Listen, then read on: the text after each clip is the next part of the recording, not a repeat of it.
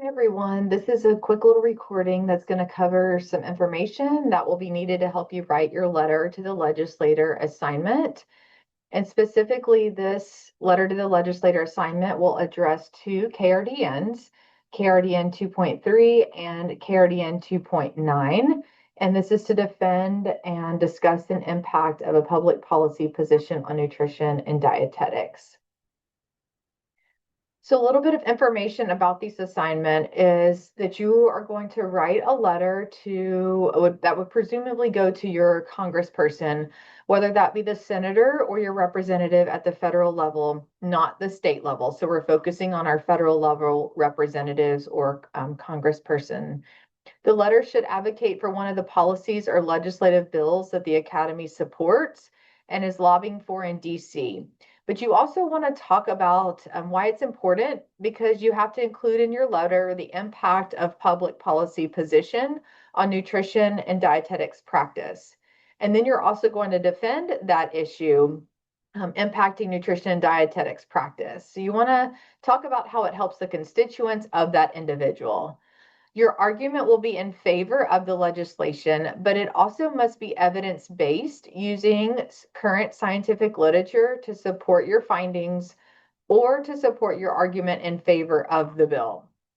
Lastly, the tone and language should be professional, and you want to make sure that your writing is done professionally while avoiding slang or rhetorical comments that you want to show more of a persuasive argument in your writing through this assignment.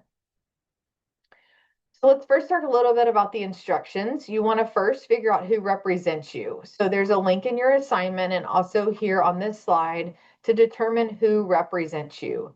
You will put in your address and that will tell you who your federal and state representatives or Congress people are. Now you can use your home address if you don't have a College Station as your primary home, or you can select the College Station address, whichever you choose. I'm not going to go back and confirm that, but I do want to make sure and will confirm that your representative that you're writing to is from Texas, and you're going to also make sure that those are from the federal level. Then you're going to review the legislation by the Academy of Nutrition and Dietetics, and the URL is included here as well as in the assignment. At the end of this presentation, I'll give a little overview of this exact website so you have information for that. You're going to see from the website that there's several legislative or bills that are being or have been supported by the Academy of Nutrition and Dietetics. And we actually have an advocacy group in DC, and they're active and go to Congress and present this information in Congress. Not all of these bills are currently active, but we'll pretend that they are. And the ones that I'll have you choose from specifically from this website are the Nutrition Care Act, the Medical Nutrition Therapy Act, or Preventing Diabetes and Medicare Act. All of these bills impact our nutrition care and medical nutrition therapy, so that's why these are chosen. What you want to do is prepare your persuasive letter using at least 3 reputable references, and you can use websites such as CDC or a .gov or peer-reviewed literature. If you don't know, just ask, and I'm happy to help with that. Often, if it's a .org, it's generally okay, but not always. So you want to make sure and be careful to review that site before sharing that information in your article or in your paper. The next step that you're going to do is write a letter to your representative or congressman encouraging them to support the bill.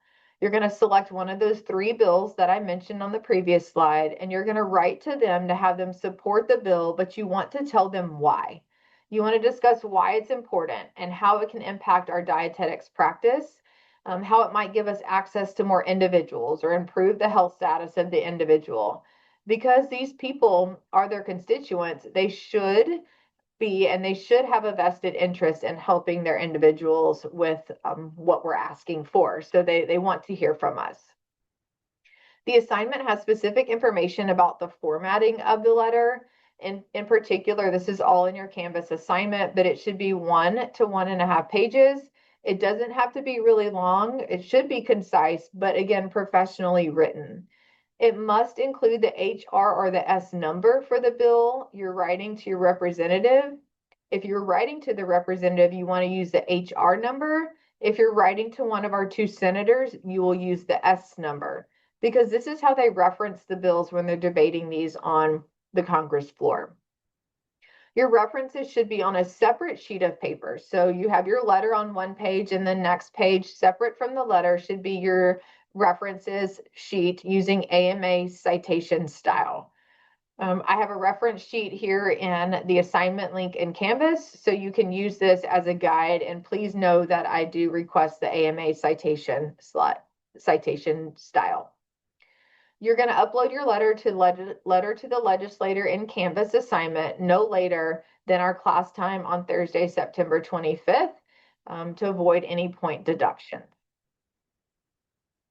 So let me walk through a little bit of what this Academy website looks like so you have a better idea of what you would need to follow.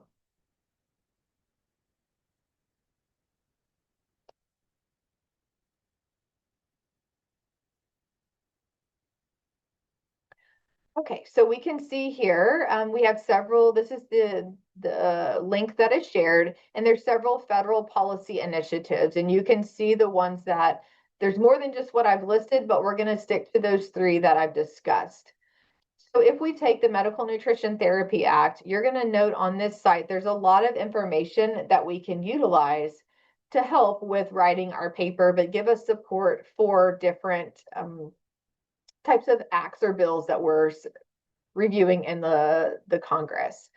So these Academy resources here are excellent. You'll see an issue brief or even a one-pager. The leave behind is excellent too. You'll see statistics and data. These can certainly be utilized when we're writing our paper. We do need that additional level of references that I mentioned, those three sources, but these can be used for context and information to give you that framework of what you're going to write about.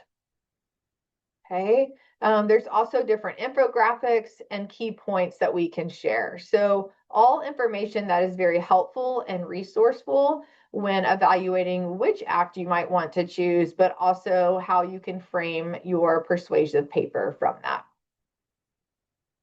Okay, let me go back to the slides here. All right, so that's it for the presentation. I just want you to start exploring this and know that I'm here for answering questions if you have any of those. Certainly, I know some of this is a great new topic for many of you and maybe a passionate topic for others, but it's something that we do need to evaluate and review because it is something that impacts our practice, and especially with medical nutrition therapy. So feel free to holler if you have questions. I'm happy to help, and all information should be in your Canvas assignment as well. Thank you.